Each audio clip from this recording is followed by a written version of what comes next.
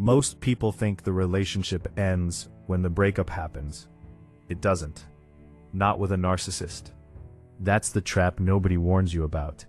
Because the moment you finally start healing, the moment you begin sleeping better, laughing again, feeling like yourself again, suddenly they come back.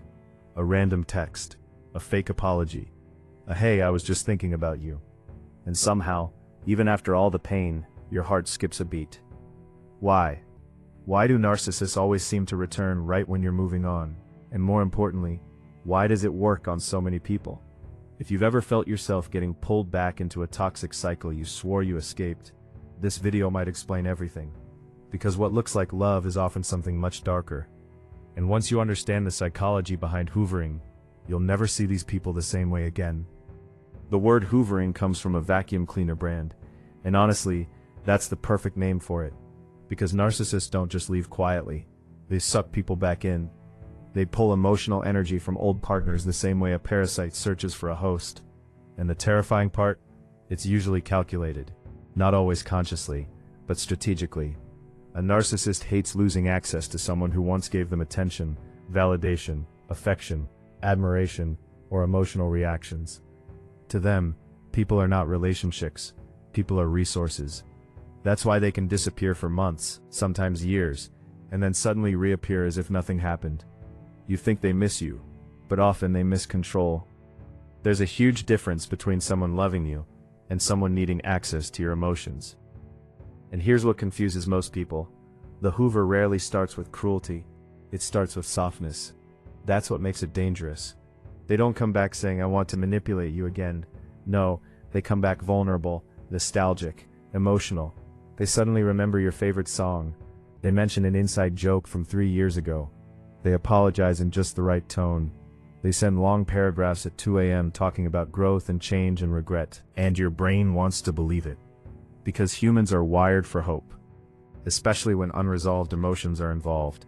The narcissist knows this instinctively. They know that if they trigger your empathy, your nostalgia, or your guilt, they still have a doorway into your mind. But here's the truth most victims don't realize. Hoovering is not proof you were special. Sometimes people think if they came back, maybe I really mattered. No. Narcissists revisit people for the same reason gamblers revisit slot machines. They remember where they got emotional supply before. Attention, admiration, forgiveness, drama, access. They return because the emotional door was once open, and they want to see if it still is. That's why many narcissists contact old partners while already dating someone new. Think about how disturbing that is.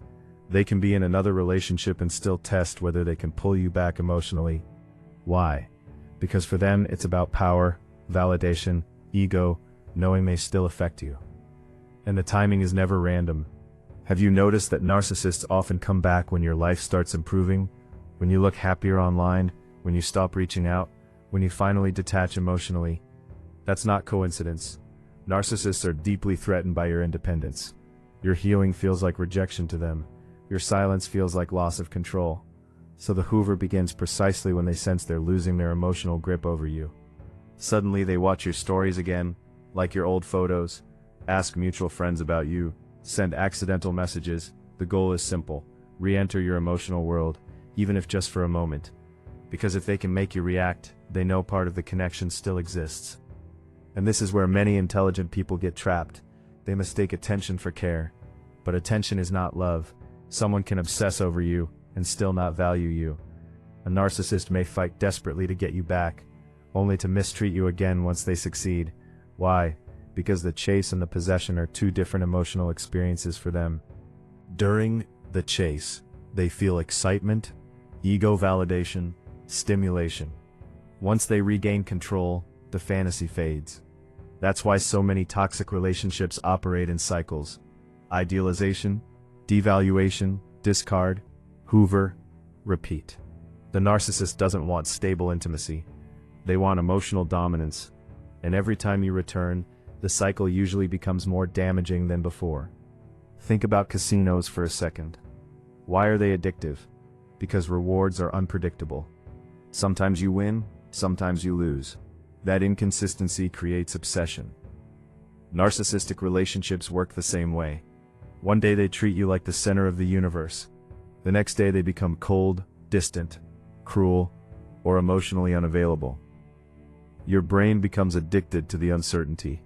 You start chasing the good moments because they feel rare and valuable. Psychologists call this intermittent reinforcement. It's one of the strongest forms of emotional conditioning that exists. And narcissists use it constantly, whether consciously or unconsciously. That's why leaving them can feel like withdrawal from a drug. You're not just losing a person, your nervous system is breaking an addiction cycle. And narcissists know exactly how to exploit emotional memory. They don't remind you of the trauma. They remind you of the honeymoon phase. They bring back the version of themselves you fell in love with. The charming version. The affectionate version. The attentive version. They make you wonder maybe that person is still in there. But here's the brutal reality. If someone repeatedly destroys your peace, then temporarily becomes sweet to regain access to you, that sweetness is not transformation, it's strategy. Real change is consistent over time, not emotional performances during moments of abandonment. Anybody can sound convincing when they're losing control of something they value. One of the biggest mistakes people make is believing closure will save them. They answer the text because they want clarity, one final conversation, one last explanation. But narcissists thrive in emotional ambiguity. Closure requires accountability, and accountability threatens the narcissist's self-image. So instead of clarity, you often get confusion, mixed signals, emotional breadcrumbs, half apologies, vague promises. Enough hope to keep you emotionally invested, but never enough consistency to create security. And while you're trying to understand the relationship logically, the narcissist is controlling it emotionally. That imbalance keeps you trapped. Let's talk about empathy for a second, because this is exactly why good people stay too long. Narcissists are extremely skilled at weaponizing empathy. They suddenly become victims. Their childhood trauma appears, their depression appears, their loneliness appears. They tell you nobody understands them like you do.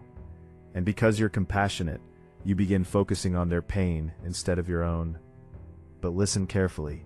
Understanding someone's wounds does not require sacrificing your mental health to heal them. Some people use vulnerability as accountability. Narcissists often use vulnerability as access. That distinction changes everything, and social media has made hoovering even more powerful. Years ago, if someone disappeared, they disappeared. Now, they can monitor your life silently forever. Watch your stories, check your relationship status, observe your emotional state from a distance. Social media gives narcissists a constant emotional radar system. That random like from someone who hurt you years ago, often not random. That mysterious profile view, probably intentional. The point is not always conversation. Sometimes the point is psychological presence. They want you thinking about them again, wondering about them again, emotionally reopening the door they once walked through. And here's the scariest part. Hoovering doesn't always look romantic. Sometimes narcissists use emergencies, crises, family problems, financial struggles, health scares. They know decent people struggle to ignore someone in pain, so they create situations where your compassion overrides your boundaries. Suddenly you're helping them again, talking every day again, emotionally invested again, and before you realize it, you're back inside the same exhausting dynamic you fought so hard to escape. That's why boundaries are not just emotional, because without boundaries, empathy becomes a weapon used against you. A lot of people ask, do narcissists ever truly love? That question destroys people, because they spend years trying to prove their worth to someone emotionally incapable of healthy attachment. The truth is complicated. Narcissists may feel attachment, desire, obsession, admiration, dependency. But healthy love requires empathy, accountability, consistency, and mutual emotional safety. And those are exactly the things narcissism struggles to sustain. So victims keep chasing potential instead of reality. They fall in love with who the narcissist could be, while ignoring who they repeatedly choose to be. And this creates cognitive dissonance, one of the most painful psychological states imaginable. Part of you remembers the affection, another part remembers the damage. Your mind keeps trying to reconcile two completely different versions of the same person. That confusion is exactly why victims struggle to leave permanently, because emotionally it feels like losing two people at once. the fantasy and the reality. And narcissists exploit that confusion constantly. They keep switching masks. Warm one moment, cold the next, loving one day, cruel the next, until your perception of reality becomes unstable. But here's something empowering most people never hear. The narcissist's return is not proof of your weakness, it's proof that your presence affected them. The danger is not that they come back. The danger is believing their return means they changed. Those are two different things. Many people go back because they confuse regret with growth, but regret is emotional. Growth is behavioral. Real change requires long-term accountability, self-awareness, therapy, humility, and consistent action over time, not late-night messages and emotional speeches. So how do you resist the hoover? First, you stop romanticizing the cycle. You stop replaying only the beautiful memories while minimizing the emotional destruction. Your brain naturally protects you from pain by remembering emotional highs more vividly than emotional suffering. That's why trauma bonds are so difficult to break. So when the narcissist returns, don't ask yourself, do I miss them? Ask yourself, what did this relationship consistently do to my mental health? That question changes everything. Because chemistry is not compatibility. Intensity is not intimacy. And missing someone does not mean they are good for you. Second, stop expecting closure from someone committed to confusion. Closure is something you create internally, not something toxic people suddenly hand you out of honesty. Waiting for a narcissist to fully validate your pain often keeps you emotionally attached far longer than necessary. Sometimes healing begins the moment you accept that some people will never give you the apology, accountability, or explanation you deserved. And that acceptance hurts, but it also sets you free. Third, protect your environment. Block them if necessary. Mute them. Remove emotional triggers. People underestimate how powerful small exposures can be. One message can reopen emotional wounds you spent months trying to heal. One nostalgic conversation can restart an entire trauma bond. Healing is not only emotional, it's neurological. Your brain needs time without stimulation from the toxic cycle. Every interaction resets part of that process. And let's be honest about loneliness, because this is where many people relapse emotionally. The narcissist often returns during vulnerable moments, after heartbreak, during isolation, after rejection, during periods of self-doubt, and suddenly the familiar toxicity feels safer than the uncertainty of starting over. Humans crave familiarity, even when it hurts them.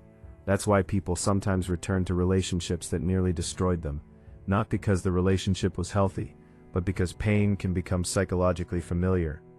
You also need to understand something uncomfortable. The narcissist you miss often never truly existed in a stable way. The love bombing phase was real emotionally to you, but strategically unsustainable from them. It was designed to create attachment fast, to establish emotional dependency, to make you feel uniquely chosen. And once that bond formed, the manipulation began slowly. That's why victims constantly chase the beginning of the relationship. They spend years trying to get back the version of the narcissist they met at first.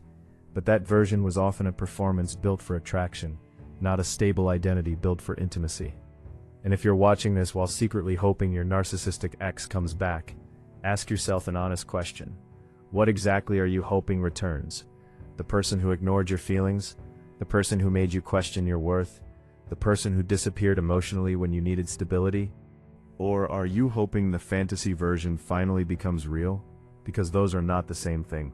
And confusing them keeps millions of people emotionally imprisoned inside toxic cycles for years. Real love does not require you to abandon your self-respect to maintain connection. Real love does not punish you for having needs. Real love does not create constant anxiety, confusion, instability, and emotional exhaustion. Yes, relationships can be hard, but healthy love feels safe, even during conflict. Narcissistic relationships feel emotionally dangerous, even during peace. That's the difference people need to understand. And sometimes the hardest part is accepting that the narcissist may move on publicly while still trying to control you privately.